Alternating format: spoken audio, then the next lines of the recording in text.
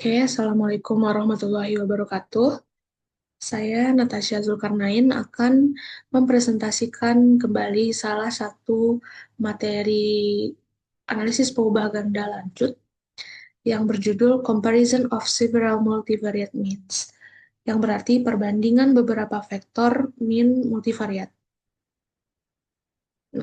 Materi ini diadaptasi dari buku yang ditulis oleh Johnson and Wichen.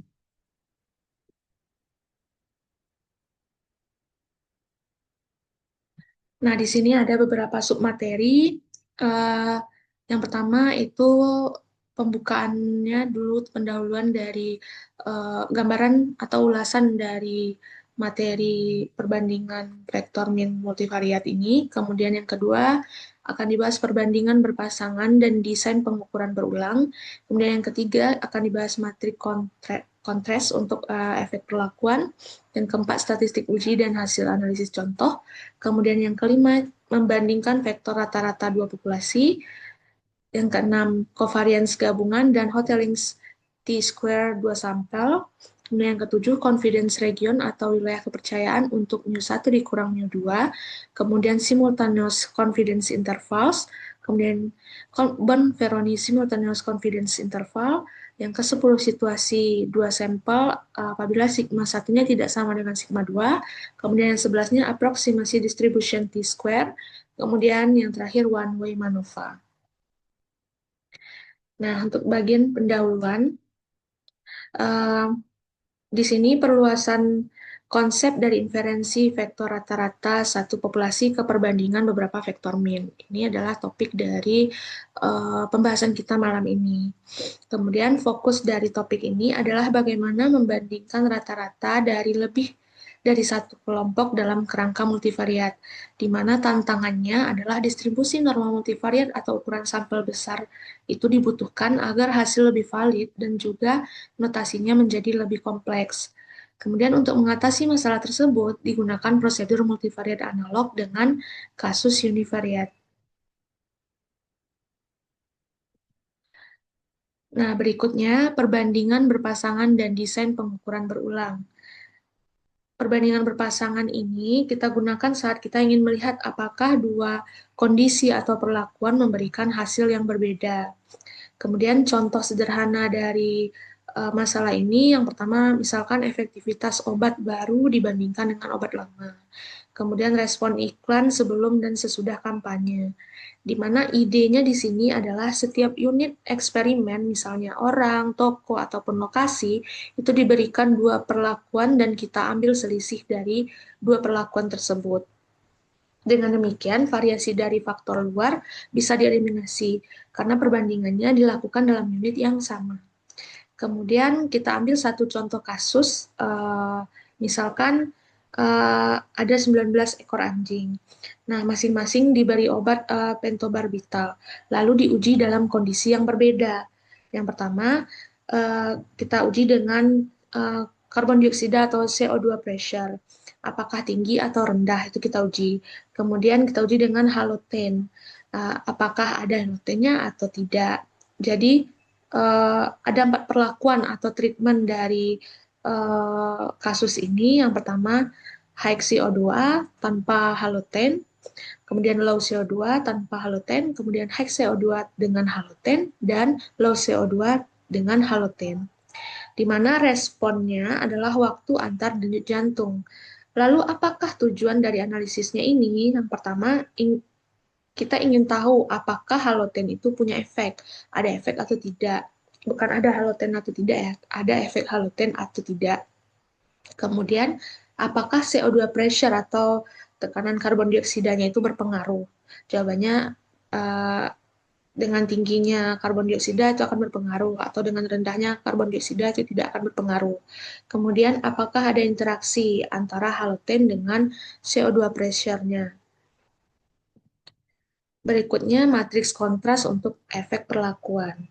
Nah, data berbentuk repeat measures artinya setiap anjing itu diukur dalam semua kondisi, di mana digunakan kontras untuk mewakili perbedaan yang diinginkan. Kontras yang dipakai itu yang pertama ada halogen effect, di mana Rumusnya yaitu mu1 plus mu2 dikurangi dengan mu3 plus mu4. Lalu yang kedua, CO effect atau CO pressure tadi, yaitu mu1 plus mu3 dikurangi dengan mu2 plus mu4. Kemudian yang ketiga, interaction effect, yaitu plus mu1 plus mu4 dikurangi dengan mu2 plus mu3. Jadi di sini mu1 hingga mu4 itu merupakan min dari setiap treatmentnya. Kemudian yang keempat, matriks kontrasti digunakan untuk menghitung efek secara sistematis. Di mana kalau dituliskan di dalam bentuk matriks, matriks C itu, matriks kontras C itu dituliskan sebagai matriks dengan ukuran 4 kali 3, di mana membernya itu ada min 1 dan 1. Berikutnya, statistik uji dan hasil analisis dari contoh kasus kita tadi.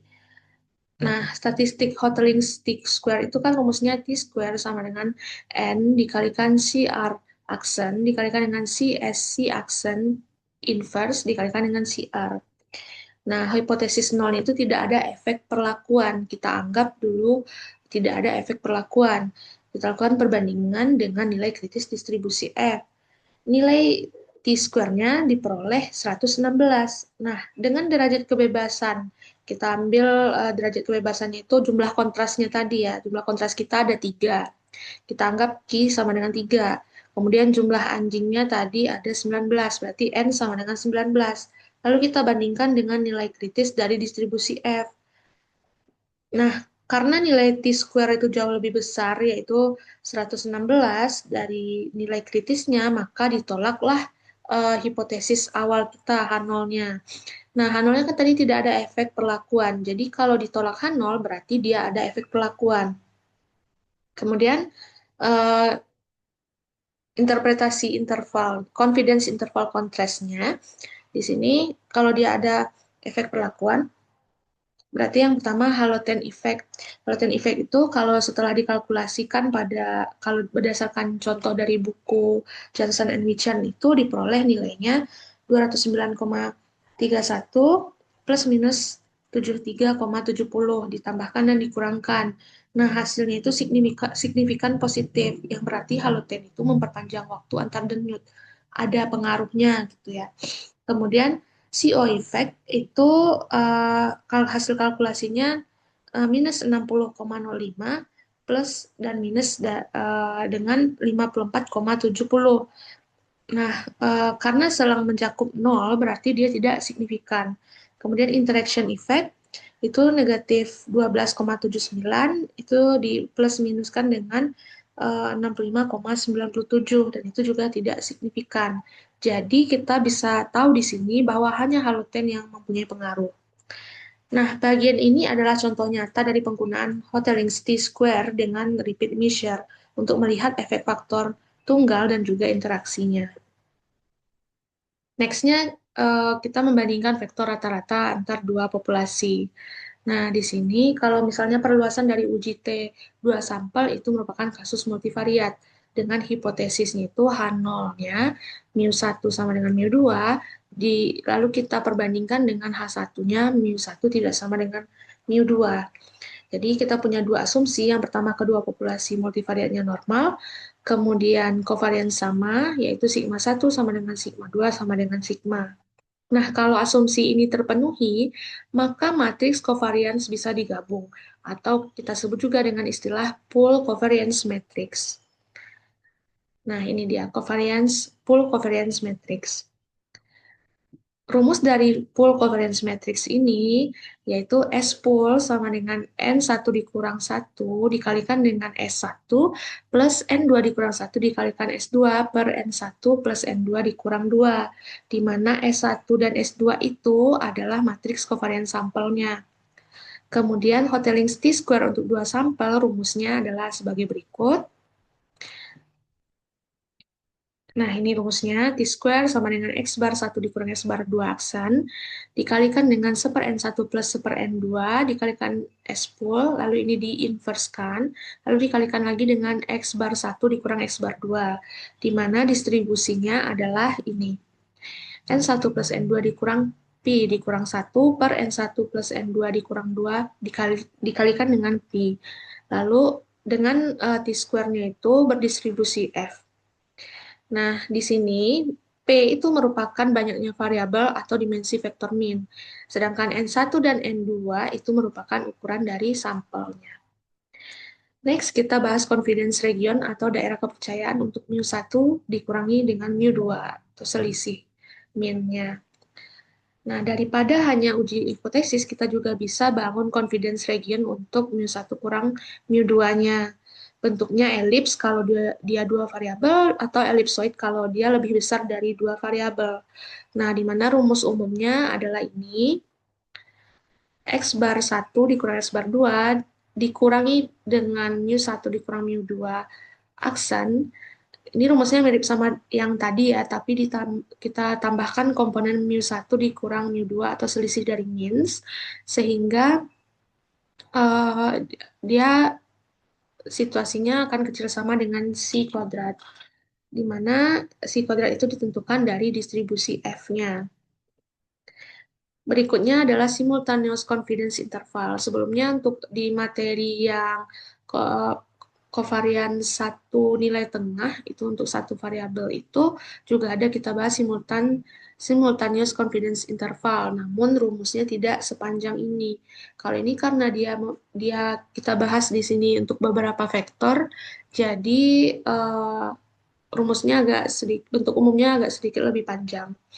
Di mana interval ini didasarkan pada uji Hotelling T-square juga dengan kombinasi linier dari perbedaan min-nya. Ini adalah bentuk umumnya di mana ada komponen tambahan yaitu A aksen dan juga A. Nah, teman-teman bisa lihat di sini, ini bentuk umumnya di mana A itu merupakan vektor koefisien liniernya. Kemudian interval ini mencakup semua kombinasi linear dari perbedaan rata-rata. Ini bisa dibuat untuk setiap komponen mu1i dikurangi dengan mu2i. Dan simultaneous confidence interval ini juga membantu melihat signifikansi atau untuk setiap variabelnya. Kemudian Bonferroni simultaneous confidence interval.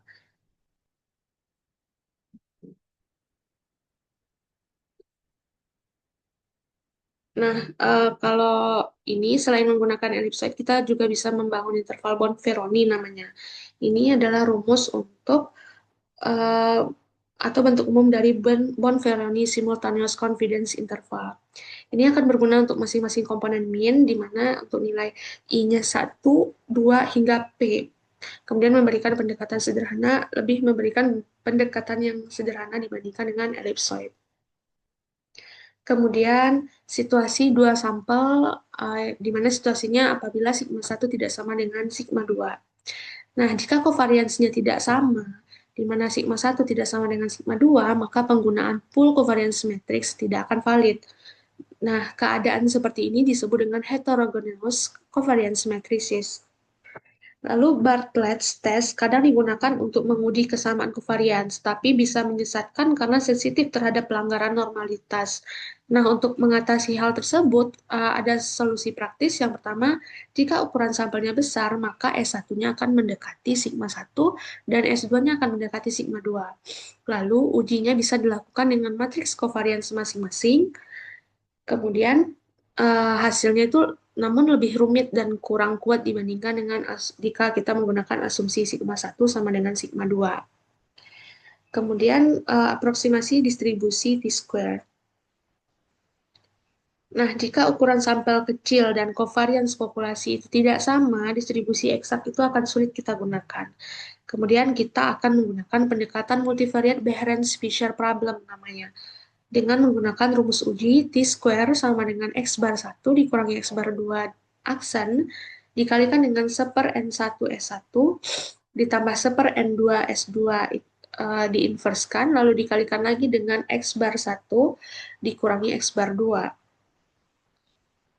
di mana derajat kebebasan V dihitung dengan aproksimasi Welch, distribusi dan distribusi ujinya mendekati distribusi F dengan penyesuaian pada derajat kebebasan. Lalu interval kepercayaan 1 dikurang alfa dikali 100%-nya juga dapat diturunkan menggunakan pendekatan ini. Kemudian yang terakhir adalah one way maneuver. Nah, jika lebih dari dua populasi, itu diperlukan generalisasi dari perbandingan min dua sampel. Nah, hal ini yang kita sebut dengan one way maneuver. Kemudian untuk datanya, kita menggunakan vektor observasi dari tiap populasi, yaitu misalkan populasi satu itu anggotanya X11, X12 hingga X1N1. Kemudian populasi 2-nya X21, X22 hingga X2N2. Kemudian untuk populasi G, yaitu XG1, XG2 hingga XGNG.